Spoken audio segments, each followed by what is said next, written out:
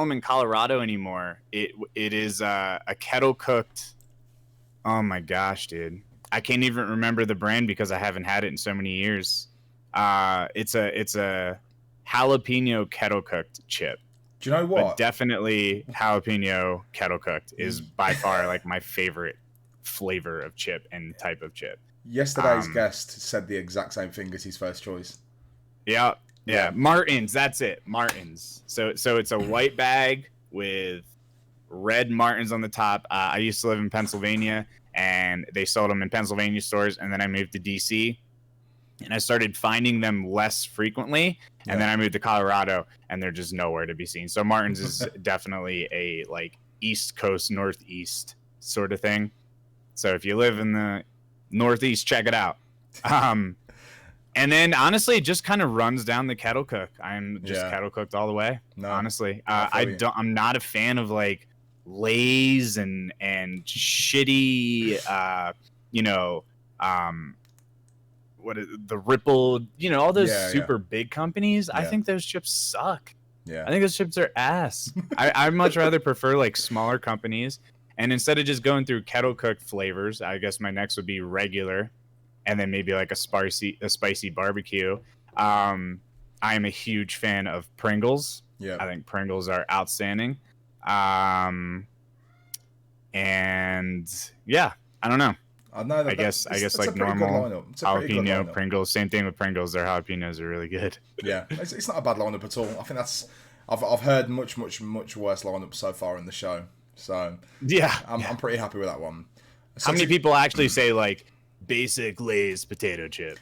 How often do you get actually? that? So I actually had one guy that was like, "Yeah, I like basic ready salted Lays," and I was like, "No." Ugh. Yeah, so I've had that. I've had it a couple times, but for the most part, people are actually quite diverse and they have quite a good list. Yours wasn't bad either. Good. So, for those that don't know, Glad, where did his love for video games begin? Very young. I've been playing video games ever since I can remember.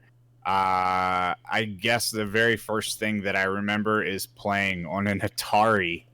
That's like one of my first memories. I just remember holding the joystick and playing games like Pong. I Yeah. don't even really remember. But my big love, I would say when I realized the potential was definitely Nintendo. So regular Nintendo, Super Nintendo. Yeah. I used to play games like Barney and Mario, and we used to have this Barney hide and seek game. That's when I realized I was like, all right, video games are actually pretty cool now. But when I super fell in love was definitely N64. Yeah. And that came out when when you're still a kid, excited for Christmas, and it was right around spoilers by the way. It was right around when I realized that Santa wasn't real. And my parents were still trying to like keep it alive, but I was at that awkward age where I'm like, I know you guys buy presents and hide them in your closet. So I would go and I would check the closet, because my little brother still thought Santa was real, but I was like at that age. And I would like go and I would look in the closet and try to see the gifts. And I remember my parents got me a Nintendo 64, Ocarina of Time, and then I think it was 2 years later they got me a Majora's Mask, and I found the Majora's Mask as well. And I just remember I was like, holy shit. And then Ocarina of Time was that game that was like, okay, I'm officially probably going to play video games for the rest of my life. Love it. So if you were to kind of think of a video game right now that gives you the most nostalgic trip when you see it, which one would it be? I mean, Ocarina, for sure. I still play it on stream every now and then. I'm in 64 right next to me with, hold on. I don't use any sort of emulators or anything. I use an actual N64 controller. I lost my green one. I know. It's a sad day. I love the controller, and I also hold it really weird. A lot of people go like this. I hold it like this, and I stretch my middle finger way across the back. I don't know why I do it, but that's how I held it when I was a kid. Awesome. Yeah, I mean, anything N64, I'm just like, ugh, Super Mario 64, Ocarina of Time, anything like that just hits home. Yeah. So, I mean, obviously you've detailed that love for gaming and where it kind of stems from. How did it basically become this massive and very, very successful career? I mean, where did that kind of Well, where did the switch that was happen? all. So all that is very recent. I Yeah, mean, I by recent I mean like, 2.5 years streaming, 4+ years YouTube, yeah, something like that. I think my YouTube was started in like yeah. I 2015. think it was. I would I say the first video late on YouTube I watched of yours was 2017. 27. No, I definitely made it before that. Yeah, yeah. 2016.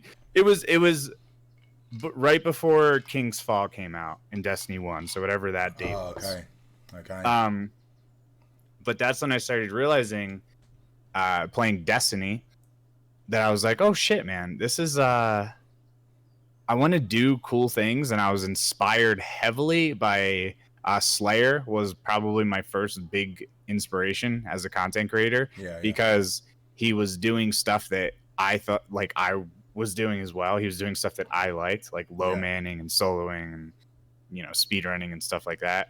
So I started watching him, and then I started doing and that was my introduction into Twitch.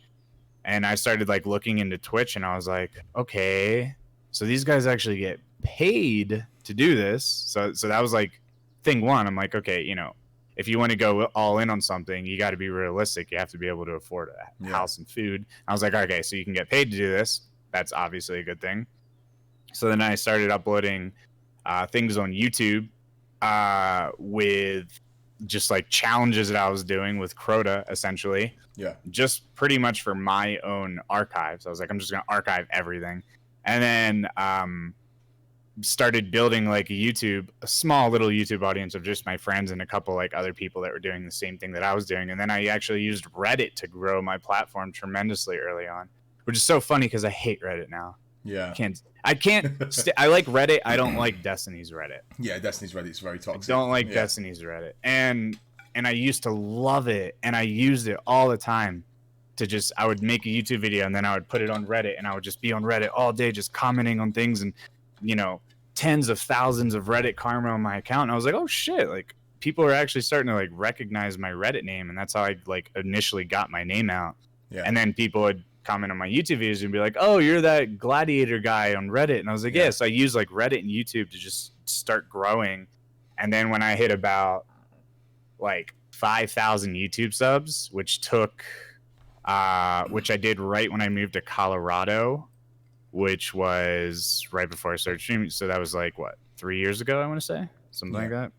And then I was like, hey, I'm just going to start streaming. So I put it on my YouTube, and then brought people over from the YouTube. And, from about 5 to 10,000 YouTube subs, you get about 10 to 15 people. It's not a lot, but some people are like, oh, I'll go check this guy's Twitch out.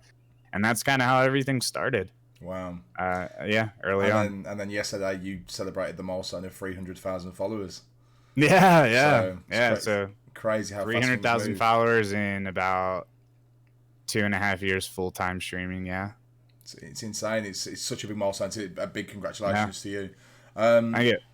So with that becoming a career, and obviously something that you now do, with hindsight right now, could you pinpoint the moment that really started to define this becoming the career? Yeah, definitely. It was when. So the biggest mental block that I had to get over was I thought that every time I started up a stream, I was like, I have to be doing something interesting. I have to be doing a challenge or a solo. And I would only stream when I was doing a challenge. And I just had this, like, I got to be like the best and interesting when I stream.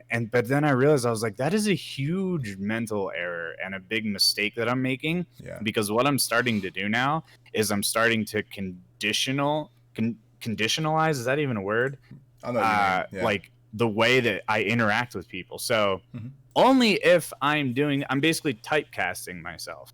Yeah. So I realized early on, I was like, I don't want to fall into that.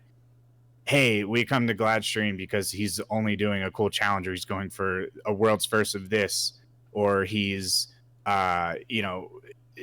helping people through a raid, like doing a Sherpa. You're essentially becoming like a service to people, and people come to you for a service. I was like, I want my service to be just entertainment. Like, I want people to come there because of me.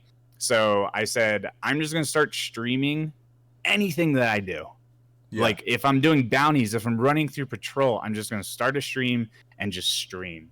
Yeah. And that was like the big break. That was the huge thing. And ever since I started doing that, people started latching onto not the things that I was doing, but to the community that we were fostering, you know, a place to feel like home, and me, my personality, my brand. And then ever since then, you know, things have just been on a insane like upward trend. Yeah. That was the big difference. I was trying to listen really well then, and then people in your community just started going crazy with the sub button. I'm sorry. King Oro. That sounds about right. Yeah. Chris. And Miss Kenner. Right. And Miss Kenner sounds about right. Sorry. So Destiny itself, you know, it released in 2014, and it was a huge change to the world of gaming. And it was the start of some incredible gaming moments and memories for myself. What do you think it did for you as a whole? Destiny 1? Yeah. I mean, entirely changed my life. Well, everything. Like, literally sculpted my future. I mean, like, there's no doubt that, I mean, I would say the closest thing to changing my life would be, like, music. Yeah. And music has changed my life, like, unbelievably. It's literally the reason I moved to Colorado, if I'm honest. Yeah. But I would say what's changed my life even more than that was Destiny. You know, once I've never been so involved in a like a community, specifically on the internet before. So it was like a totally new thing for me. Yeah. You know.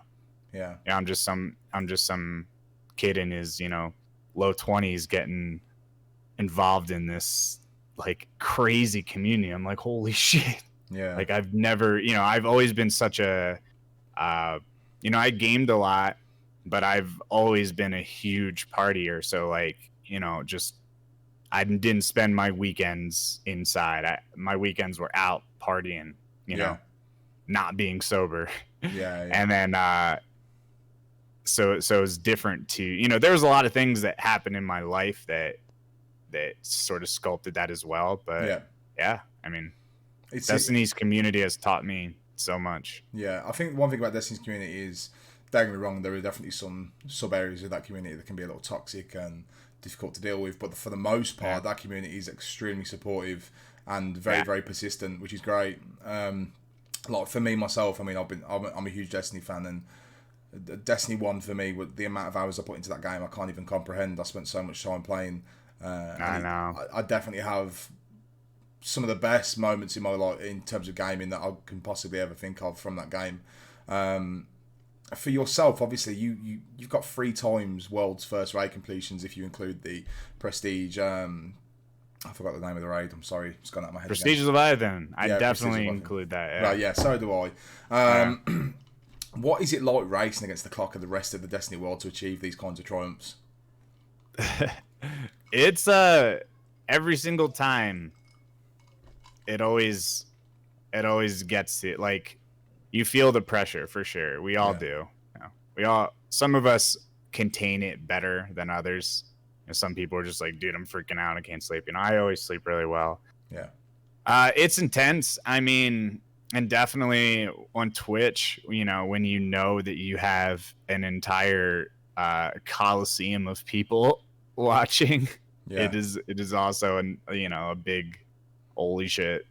But you know, when game day comes, I don't really worry about Twitch or my chat. I'm just like, here's what we're doing. It's intense, and it really brings out a lot of emotions in people. So you really have to know the people that you're with, because people are going to yell at people. People are going to call people out. People are going to get frustrated. And it's important to keep people contained. And, you know, everybody has their own role. Like, everyone's good at different things on a team. And if you have 6 of the same type of person, you're not going to be successful. I think you need 6 completely different minds, which is what we're really good at. But definitely keeping your composure and not, like, ripping each other apart too much and letting yourself, you know, letting your team fall apart, because most teams will fail because their team falls apart. Yeah. That's why they stop. That's why they don't get a 24-hour. Is there like an average hour mark where you start to kind of hit that tedious point where you're a little like, hey guys, let's just remain calm? I mean, people definitely start to get frustrated around like 6-7 hours. You can start to, that's when the fatigue starts to, because you're not just gaming. Like gaming for 5-6 hours is fine. 6-7 hours is fine. But when you're an active personality, it's a whole different world. Yeah. Well, when your brain is just constantly in hype, like trying to solve super complex things, and you're just always on your feet, and you're sweating. You are just sweating very heavily. Like is the definition of full-blown PvE tryhard gaming. And if all six people aren't on their toes, you're not, if you have one person that is just not paying attention or being weak, then your whole team is going to get, a good team is going to have all six all in, know? No, I feel you. I think it's... there's no carrying in world's firsts. Yeah, I get it. I think if there's one area of negativity, it'll pull the rest down. So I'm assuming it's important for everyone to be on the same page and everyone driving the same kind of attitude toward it. You just need to feel that brain, man, because your brain's doing a lot. Lots of water and lots of food. I always have like a huge thing of snacks by me, and I just constantly shoveling, because I would say whatever your brain normally burns just sitting, I would say in a world's first, you're burning like 10 times that. Yeah, wasn't there a recent statistic around calorie burn from gaming? I'm pretty sure that was. I'm sure it's way more, but especially when you're like doing something like that. Yeah. Because not only are you stressed, that automatically jacks your heart rate up. Yeah. But there's no difference with your brain working at hyperspeed as opposed to, sprinting. Yeah. It's caloric burn. It's gonna take a lot of energy to feel that, Yeah. So if you were to sit and think now of your favorite ever raid after what you've done so far, what would it be? My favorite raid or my favorite world's first? I suppose we'll take both. My favorite raid is definitely Wrath of the Machine. Okay. I like Wrath of the Machine's insane. Yeah, so is mine. That's my favorite raid. Just the vibe. I just like the vibe. And the colors. When I think of Wrath, I just think black and red. Shiny black and red. And it's it's such a cool atmosphere. Yeah. And Axis is great. And you can solo Axis and you can solo Vasek. And the raid starts off with a boss. And then the Siege Engine's one of the coolest encounters ever. I agree. Yeah. So unique. Just everything about it. Hidden puzzles, the pulse rifle, hidden quests with all that crazy binary shit. Like, you know what I mean? Yeah. Morse code, whatever the hell it was. I don't even remember anymore. Yeah. I watch a Dado vid. Just everything about that raid. There's so much cool stuff. And the armor was cool. And the perk on the armor, on the gloves was cool. They get extra heavy ammo. Mm-hmm. Yeah. Favorite world's first, Last Wish for sure. Yeah. That was just the biggest raid ever, the biggest world's first ever, the only world's first that ever changed something in game for the rest of the community. It was just like a huge moment. I think that raid as well was so like, in terms of like the feeling I got from completing it, like, the feeling of satisfaction completing Last Wish compared to some of the other raids was overwhelming. Like finally completing that raid as compared to the others was a big difference for me. Yeah, definitely. It's good. I think it's crazy the way it's so desired as well to get that world first mark. It's so cool that it's an actual active competition every time it comes around. Yeah, definitely. Bungie does a good job of recognizing that. I do have 2 complaints though. Oh, far away. I wish they would award actual world's first emblems and not 24-hour emblems. I agree. Yeah. Solely 24-hour emblems keep, but I think there should be 6 emblems that go to the 6 people, and that's it. And then everyone else gets a 24 after that until the 24 hours is over.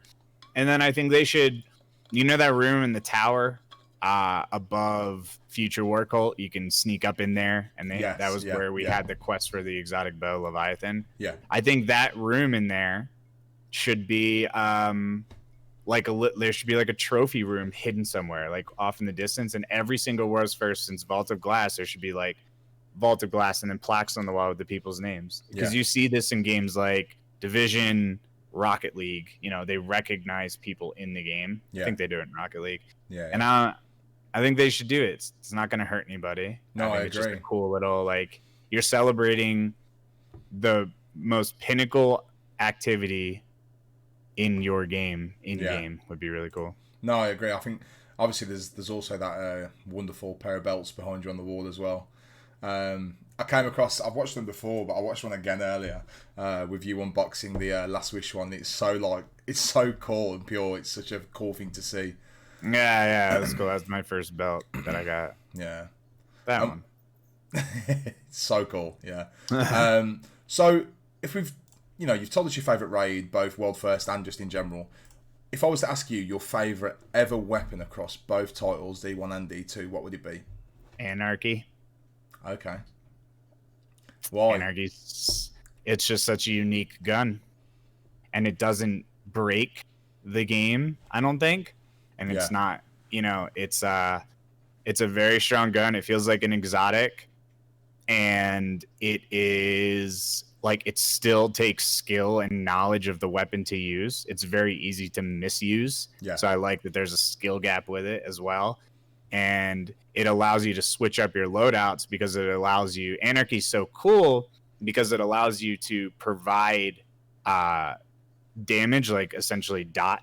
Yeah. While you're DPSing with another gun. Got you. So you apply the dot and then you swap to something else. DPS. There's really no other gun like that unless you're applying some other like dot, like a burn or I suppose like a simple comparison would be like Fawn in D1 back when you had the initial bleed. No, it's dope. If I was to pick I still always go back to Fatebringer. I can never forget the gun. I don't know why. Yeah. Maybe that's a sense of nostalgia for me personally, but just Fatebringer for me was like my go-to in every sense for everything. That and Praedyth's Revenge, the sniper rifle. They were just so enjoyable. Yeah, I mean my close second would be Black Hammer from Destiny 1. Yeah. That would be a very close second, I guess, because it was legendary. That was the big difference. Yeah. And, absurd. If you had to pick a favourite Guardian, and not only Guardian, but favourite subclass of that Guardian, what would it be? See, I don't have a favorite. I really don't. Like, I don't feel fully attached to any one character.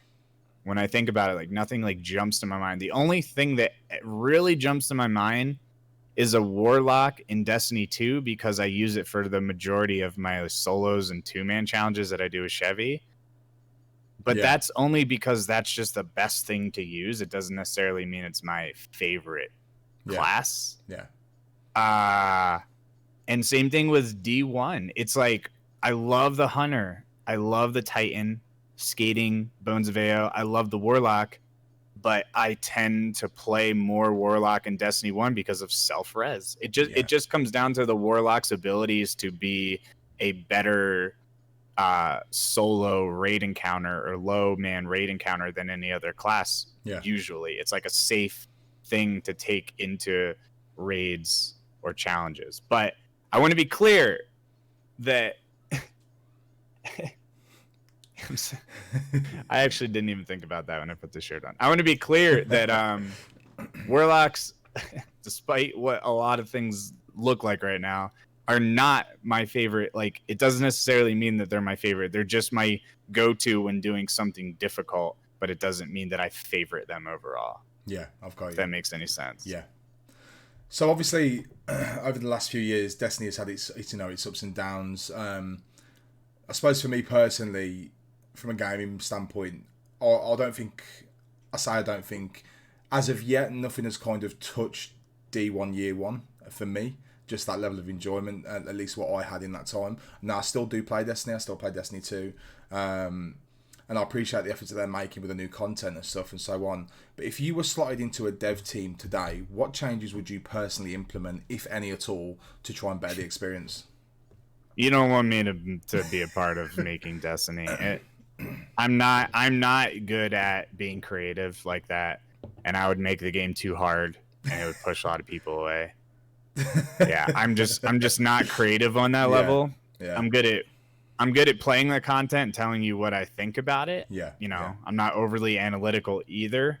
It's just, you know, if something, I have ideas that I think would help solve certain issues, but yeah, people ask me that all the time. I'm like, dude, I don't even know where to start. You know, there are a laundry list of things that the game needs improvement on. Yeah. You know, that could be talked about for literally days and days. Yeah. So obviously, I mean, we touched on yesterday's event. Obviously, it was a success overall, in my opinion, anyway.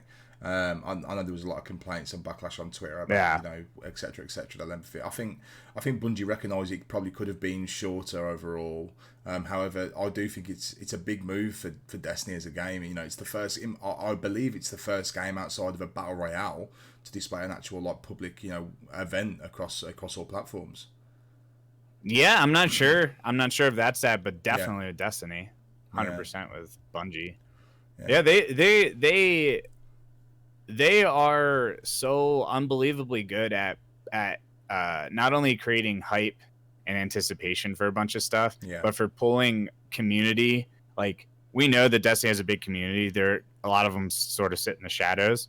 But whenever Bungie does stuff like this, everybody comes to the front line, you know, and you see that. And you just feel it. Like, you don't even have to be on Twitch. You can just feel that, you know. But you see it, obviously, on streaming platforms very heavily. You see it on Reddit. You see it on YouTube. Like, you just see everyone come out of the dark whenever they do these things. And I love every time they do any of these things. I love it. But what I appreciate, you know, yes, there are definitely things that they could have fixed. Yesterday's event was far from perfect, but it was nothing short of amazing, especially the last 20 minutes. Yeah, last 20 minutes were very good. The last 20 minutes were amazing. Everything else, yeah, I agree. I was fucking, you know, trying to keep myself, like, trying to keep everybody occupied, you know.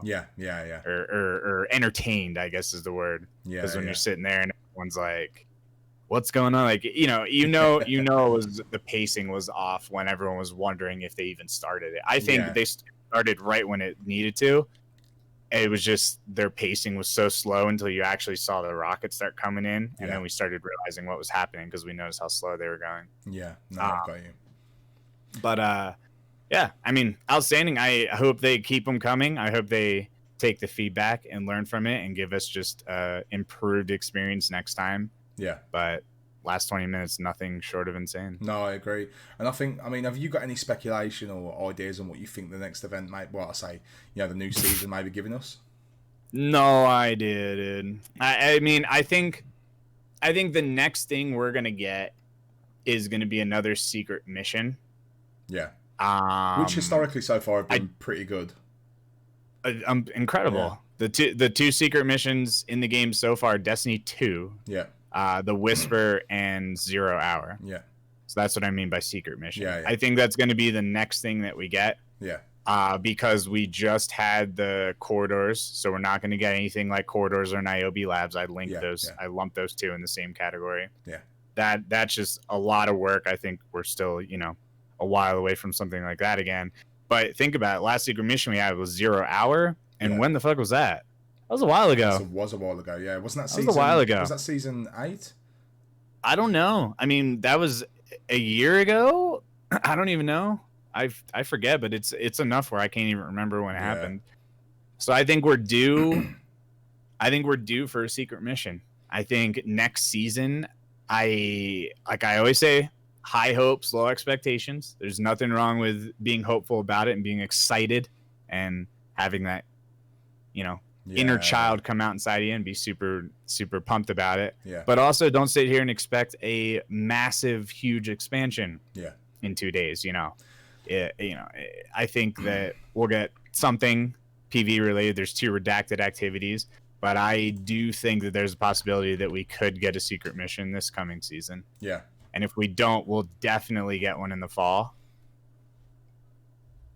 I have high expectations for Fall's DLC. Yeah. I think for me so far, I think a lot of people are probably forgetting the fact that in the current climate that we've had, and obviously with Bungie and Activision parting ways, that Bungie dev team has probably been very, very, very short-handed, and so that their focus on content is probably very, very difficult for them at the moment. Yeah. So I think the expectation of something huge needs to probably be laid off a little.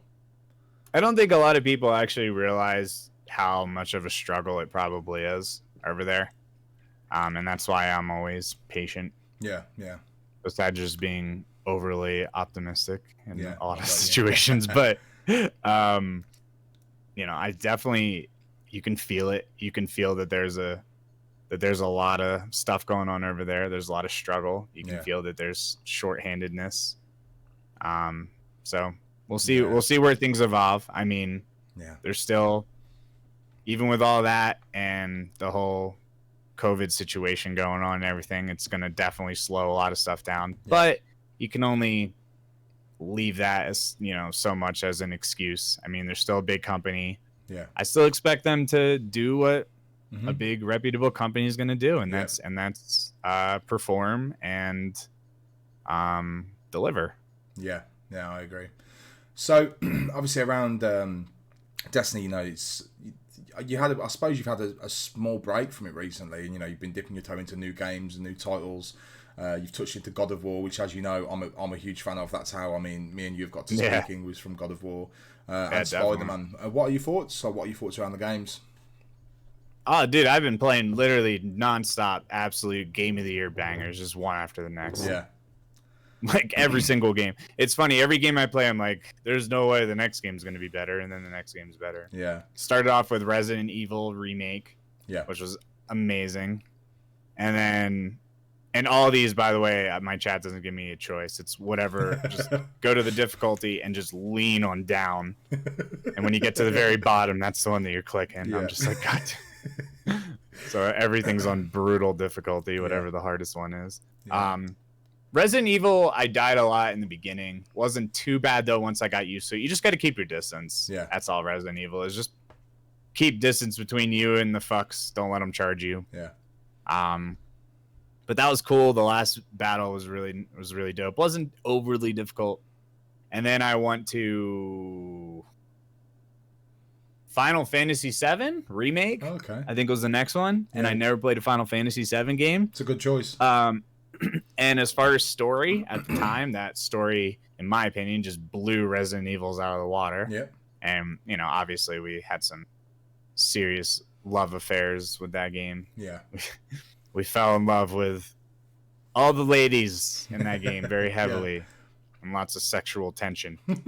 Well, after the picture we saw on the recently from you this weekend, it looks like there was some. Basically. No, but gotta take a break away from the screen. Yeah, you do. You're right. So how are you finding God of War? God of War is the best one I played so far. Yes, without a doubt. Best story. It beats out Final Fantasy story. I still don't know if I found it more difficult than Doom. Yeah. Because it's two different play styles. Yeah. Doom was just like, listen, here's a fucking room, no mercy. We're just gonna bombard you with shit, and you just gotta fucking keep moving and figure it out. It was like you couldn't ever like recover. You just had to keep fucking going. Like the more aggressive that you played, the better. And that's Doom on Nightmare. So Doom would, I spent hour or two on certain rooms in Doom. It was just ripping me apart. Yeah. And I did die a lot more on God of War, but it's because the game is much longer. Yeah. I think if Doom was as long as God of War, I would have died just as many times or more. Yeah. But Doom was, or God of War, just the whole thing. I was not expecting that. I was not expecting that sort of story with that sort of gameplay and that sort of difficulty all in one game. And fucking beautiful. It's game. gorgeous. Holy shit. Yeah. Gorgeous game. Did you do the there were so many Game times Plus? Huh? Did you do New Game Plus? Give me God of War Plus? I started it and then we went over to Spider-Man, I think. Because everyone was like, play Spider-Man. Yeah. But yeah, that was a freaking absolutely nutty game. I did God of War 3 then after that. Yeah. Because I was a big fan. I remember, the Valkyries. I watched you fight Hades. That was hilarious. You were really oh my enjoying god, yourself. yeah. So I really enjoyed the Valkyrie fights the most. Yeah. I will say that all the Valkyries before Sigrun are relatively easy, and that's coming from somebody who has a Dark Souls background. You know, that's where all my combat and those types of games comes from. But Sigrun was definitely on another level. Like, because all the other ones were just, you know, you just learn all of its 6, 7, 8 attacks, and then you just read the attack. You literally wait for the Valkyrie to make a move. That's what I realized on the first one. I was like, all right, you can't just go at these things like you can other bosses. You just got to sit there and wait, and then read the attack, and then counter. With Sigrun, it was a little different because you still had to sit there and wait for the move. But then after a move happened, you had like a split second where, okay, can I attack here, or is she going to continue with another move? So you had to like read a move, react, wait, read the next move, react. So you had to make all these like really quick decisions, and she would mix the combos up. But eventually, even with Sigrun, there were only so many combinations that she would string together. And then a pattern emerged again. And I was like, okay, so after this, she could either do this, this, or this. And if she does these two, she could follow those two up with this or this. If she does this one, it automatically stops. So you'd say, okay, she did this, she did C. All right, she's done. I can attack. And, you know, that's the way that my brain worked the whole time is I was just talking out loud to myself. But she just has so much health. She does. The thing, what I found, especially with God of War, was you actually put yourself at risk when you use runic attacks because of the time delay. As you use the heavy runic, it can be like 1 or 2 seconds of pause, and during that time, like Sigrun won't stop attacking because she has no stun barrier, so she'll continue to hit whilst you use a runic attack, and you end up wiping and restarting. So I got to a point where I was only using the relic to slow down time to attack her, and then just a slow relic where I could dodge and it would slow time again. I stopped using runic attacks just because it was actually putting me at a detriment as opposed to actually definitely. Yeah, and that's the thing too. I loved the attacks like the Chaos Blades and stuff early on, but then I was like, dude, these actually suck because they do a lot of damage, but you can't cancel the animation. And I almost wished that there was a button to like cancel the animation. See, actually, interestingly enough, I don't know if you've heard of a YouTuber called Gamebreaker God who specializes on God of War. Yeah. So Gamebreaker God actually pretty much broke the game, and he learnt a way to put the runic attacks from the blades and the axe together in one, and it cancels the animation as you do it. So you can free combo during the runic attack. It's insane. See, that's what I almost wish. I almost wish they had some sort of high skill gap maneuver where you could break away from a runic animation and go into your own combos. You know, high risk, high reward type thing. But what I did with Sigrun is I used like, I don't know what term I want to use here. Terms that don't have animations, like runics that were real quick. So the one with the blades where he just comes in from the side. I think that's called Blaze of Flurries, where he swings them up together. It slows down time, and you just bang. So what I would do is I was always lead with the runics. I would wait until she was done. And then as soon as she was done and my DPS window was up, I would lead with one of the runics, and I would only ever do one. So I'd just do one and then light attacks. But then I went to God of War 3, equally as fun, totally different experience. Very different, Totally different. Like, just, you know, the story was literally, the vibe I got from the story was just fucking revenge. That was all that was like the only vibe that I got from everything. Just fucking kill, revenge. That is my goal. Nothing is going to stop me, you know? Even though you got that vibe in God of War, but the Kratos in God of War is much, much, much, much, much more rational and understanding. And the Kratos in God of War 3, literally no mercy. There was one part where this guy's like, the building blew up and this guy climbs out of his window and he's like, oh my God, help me. And there's a thing to interact with him, and he's like, all of my things, my life, my family, everything is destroyed. And I interacted with him, and you just take this poor civilian's head and you grab it and you just smash it into the wall, and his head blows up and blood's everywhere, and he just falls down. And I'm like, oh my God, that is so different from Yeah, I think But one thing I find with playing God of War is like, especially with Kratos, in like even in the latest release, for me, it just like it speaks to like this nature inside me. I don't know what it is. It's just it really gets me going. The game's so good. That's why I got my like I said before, like I had my entire chest just tattooed with God of War. It was just so fucking awesome to me. I can understand why people latched on early on. Yeah. But I will say, if I had to playing God of War 3 and playing God of War 2018, the one criticism that I guess is the fights in God of War 3, the boss fights were just so much more epic. Yeah. And the fights in God of War, the latest one, yeah, were dope. But after playing 3, I'm like, dude, I feel like I agree. I feel like they're almost toned down, like just the craziness of the fights. And I would like to see them in the next one. I would like to see them do like a like bring back some of that vibe of just you're a little fucking ant fighting a huge, Yeah. I think that'd be cool. Yeah, because the closest thing you got to that, I would say, would be probably the dragon fight. Yeah, indeed. Yeah, the dragon was good. I guess. Yeah, which was the closest thing. But even that, he's still not like. No, he's not fucking huge. You know. Yeah. I think the problem was that with 2018 God of War as well. A lot of it was based around Baldur and just pretty much chasing Baldur through the storyline. You end up fighting Baldur, I think, is it 3 times? Yeah, at the start again, and then as a final. So you know, it was a bit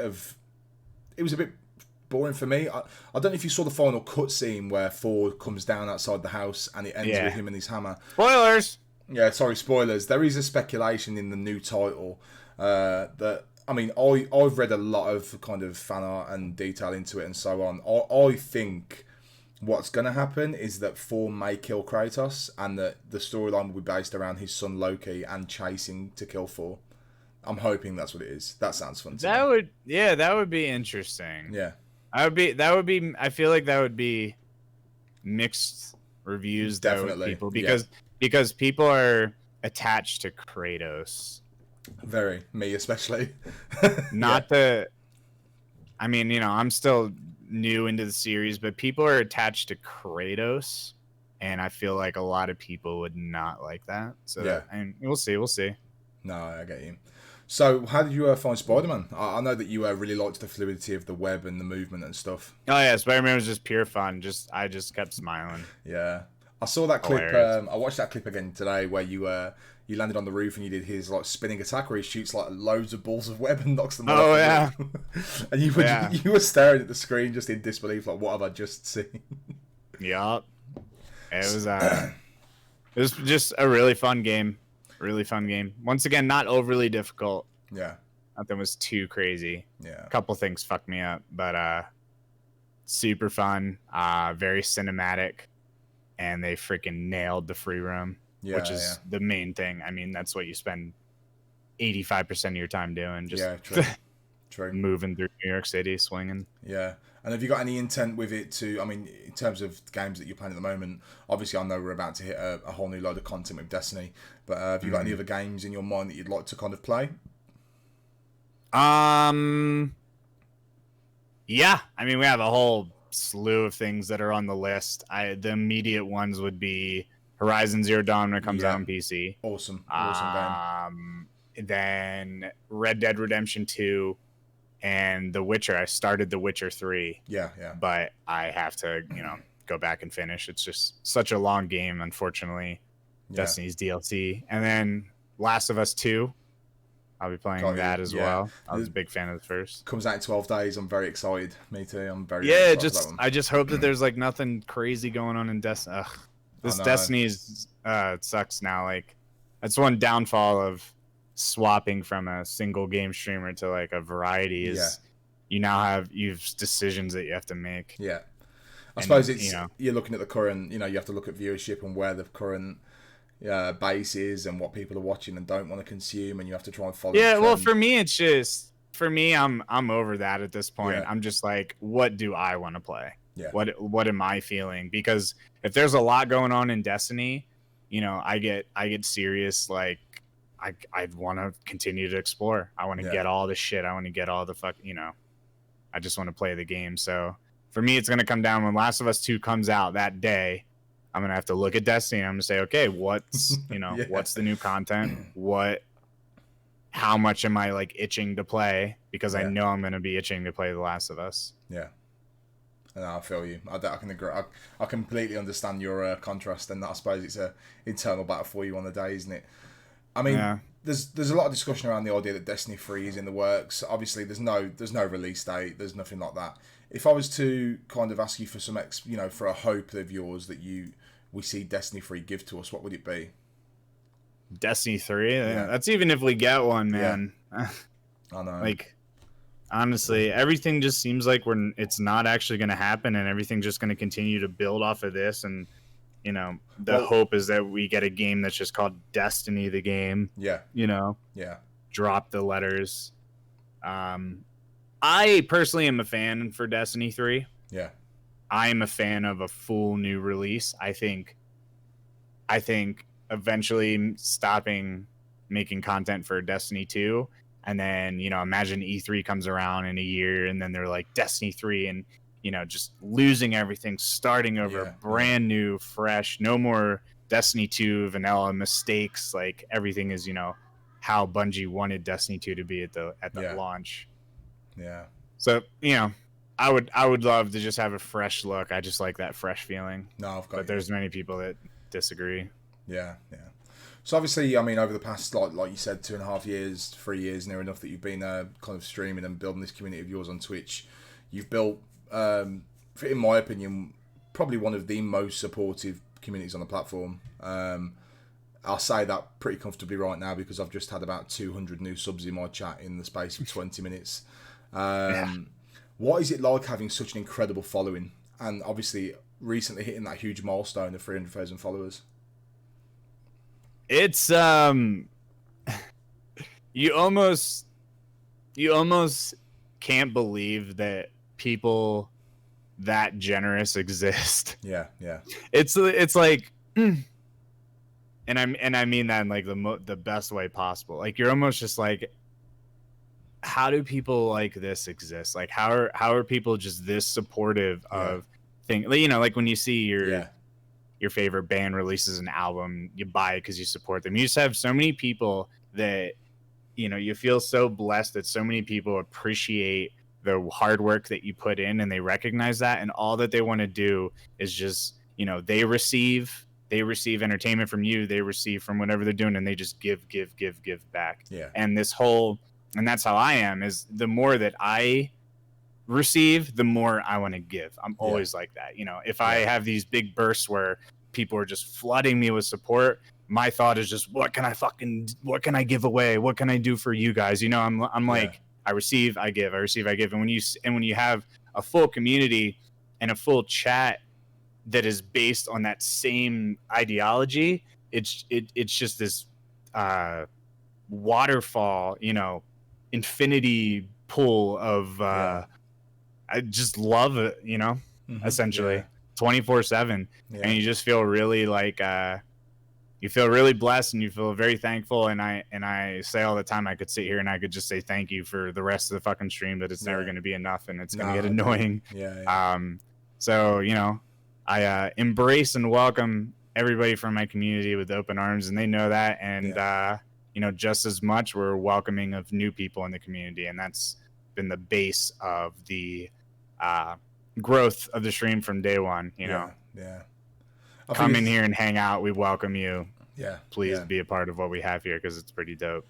Yeah, it's awesome. It's awesome to see, especially, as I say, with your community. They're so supportive. I mean, I know yesterday you mentioned, you literally just said the words "thank you" for the primes, and before you knew it, you had about 100 Twitch primes in about 60 seconds. It's just there's like 200 in like 3 minutes. It was insane. I was like, thank you guys, everyone that's using your Twitch primes. I really do appreciate it. Those don't renew. And then 200 came through in like 3 minutes, and I was like, oh my god. Yeah, it was absolutely insane. But it's such a good thing. It's so good and pure, and especially as a viewer, for myself, just to see that clearly people must absolutely love the content that you provide. That they must, because your following is so supportive. It's great to see. On the flip And side, sometimes I don't even know what to do, man. That's why I fucking crawl into corners with bottles of Jack Daniels and tape shoes in my fucking head, because I'm just like, eventually comes to a point where, like, you know, you're just like, what do I even do at this point? Like, how am I supposed to even react? Yeah. So that is called breaking a streamer. Yeah, I think when their reactions just start, they just start losing their minds. I mean, quite literally, I was almost broken just now. I mean, I hit 1,000 subs this week, and I'm on like 1,000. Yeah, congrats on that. Thank you. I'm on like 1,200.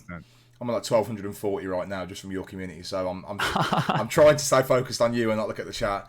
On the flip side of that, obviously, you know, you've seen huge success on Twitch, and you know, it doesn't come overnight, and you know, a lot of this has been based off many, you know, hours and over the years that you've put into grinding out and, you know, getting yourself very good at a game and supplying content for a community. What's the best advice that you could give to amateur streamers who are trying to pursue a streaming and gaming career? I mean, I think the most important thing is to be yourself, and this stems back from what I was saying earlier about you're really you're fostering a community, and that's the most important thing, is to build a meaningful community. And what's the best way to create meaningful relationships is to be as genuine and as much of yourself and as real as possible. Yeah. So, you know, like some people criticize me for just how like vulgar and inappropriate I can be. But honestly, if like you don't like it, then you're not the person that's to be watching my stream. You know, if like I'm not gonna hate. Don't hate on me.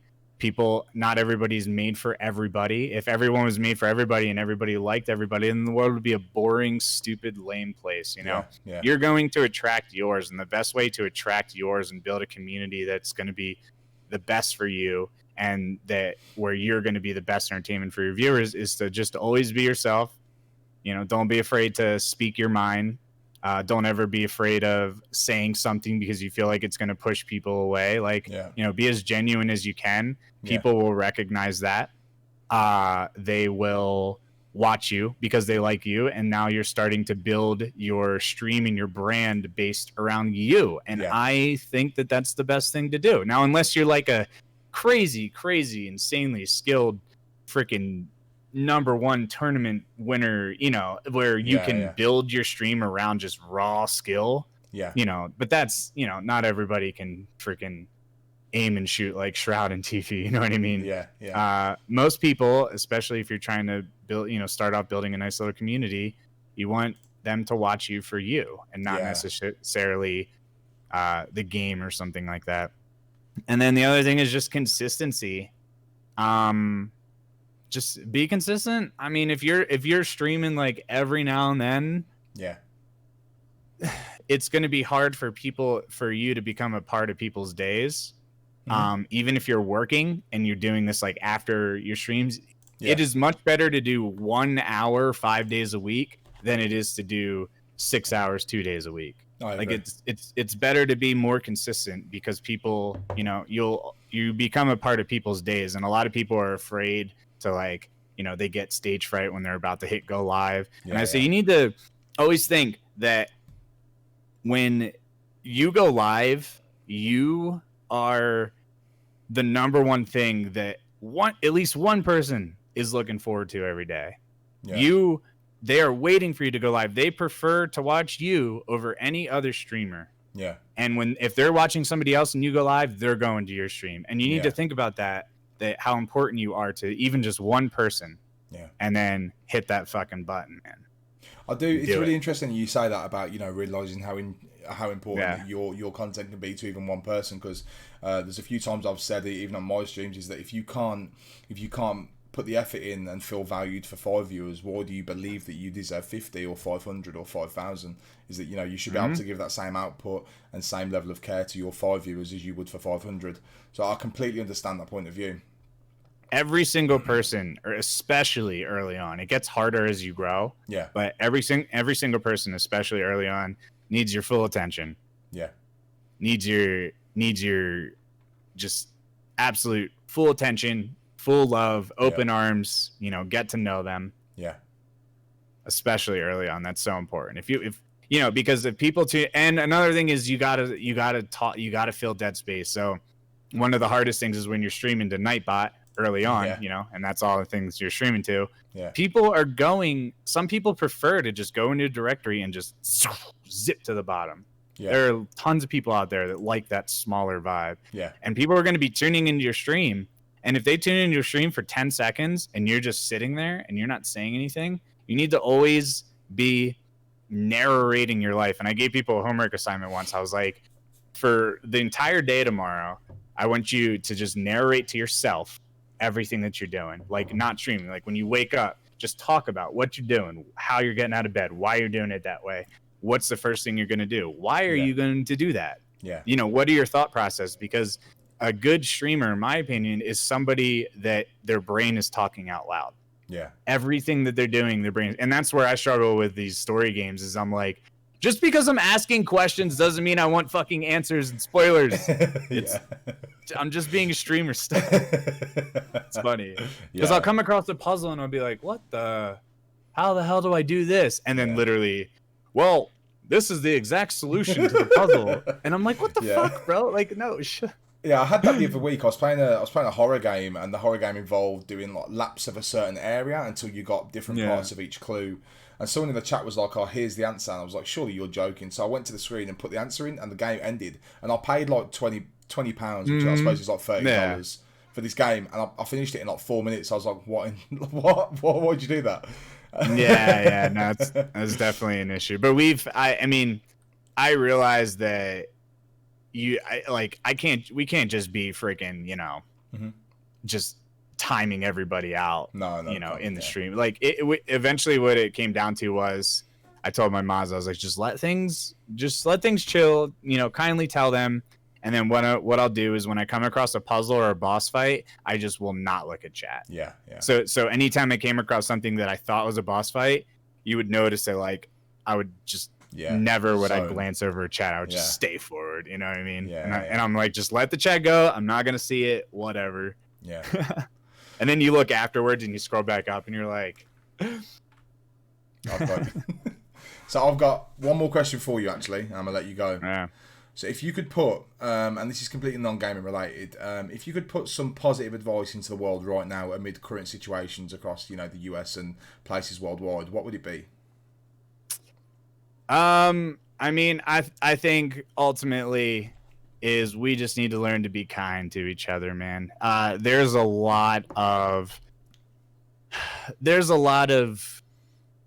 judgmental things that occur in every aspect of your life, you know, even as a little child and going through school and high school. There's a lot of cliquey stuff and a lot of people that judge people when they don't understand people. Yeah. And what you need to realize is that we all have our own issues going on in our life. Everybody has their own baggage. Everybody has their own struggles. Nobody's life is perfect. And we need to not just judge people all the time. Yeah. And we need to understand, listen to people, and get to know people from their heart. Yeah. You know, and not necessarily what we hear about them or what they look like. You know, we need to really understand what's going on in people's lives and care for people and take care of each other and be safe and be kind out there, because the world is no walk in the park. No. And it's not rainbows and sunshine all the time. But I think the more that we can just make an impact on somebody's life, one person at a time. We're not going to be able to change the world in a day. We're not going to be able to change the world in a lifetime. But if we can just all agree to impact one person at a time and make a positive influence in somebody and just be a good human being and be kind to them, that is going to carry on, and that's going to be a legacy that's going to pass forward. Yeah. And not to forget that, and to keep those, you know, attitudes going year after year. Yeah. And I think that's a great way to end the podcast. Guys, thank you to everyone that's came through today and showed some love. I am speechless. I can't explain how grateful I am for all those subs and for everyone that's hit the follow button. Seriously, it means a lot. But what matters more to me is that we go and pay that back elsewhere. So we're going to go ahead and raid a guy who's streaming Destiny 2 right now called King Allen. Can you guys just make sure that when we get in there, you hit the follow button? I'm sure you'll make his day. Glad. I wish you all the success for the rest of this year, and I hope you smash more and more milestones as you continue. Thank you so much for being a guest. You too, man. Thank you. Yeah. Thank you. Right, I'm going to hit that raid button and try and get everyone in there. You got plans now? Oh, you're going to go play with, I remember what you were saying, voiceover, weren't you? Yeah, I'm going to go talk to him. He just DM'd me. Awesome. Yep. Right. I'm really grateful, seriously. It's awesome that you've came through. I'm really, really grateful. Yeah, for sure, man. Thanks for the invite. Yeah. What I didn't want to do was try and overwhelm you with Destiny questions, you know what I mean? So I tried to ask you a bit more about everything else. Right, awesome. We're good. Look, I'm going to be always active in your community. I'm really grateful, and hopefully I'll speak to you again soon. Yeah. You too, man. I'm sure I will see you around. Awesome. Right.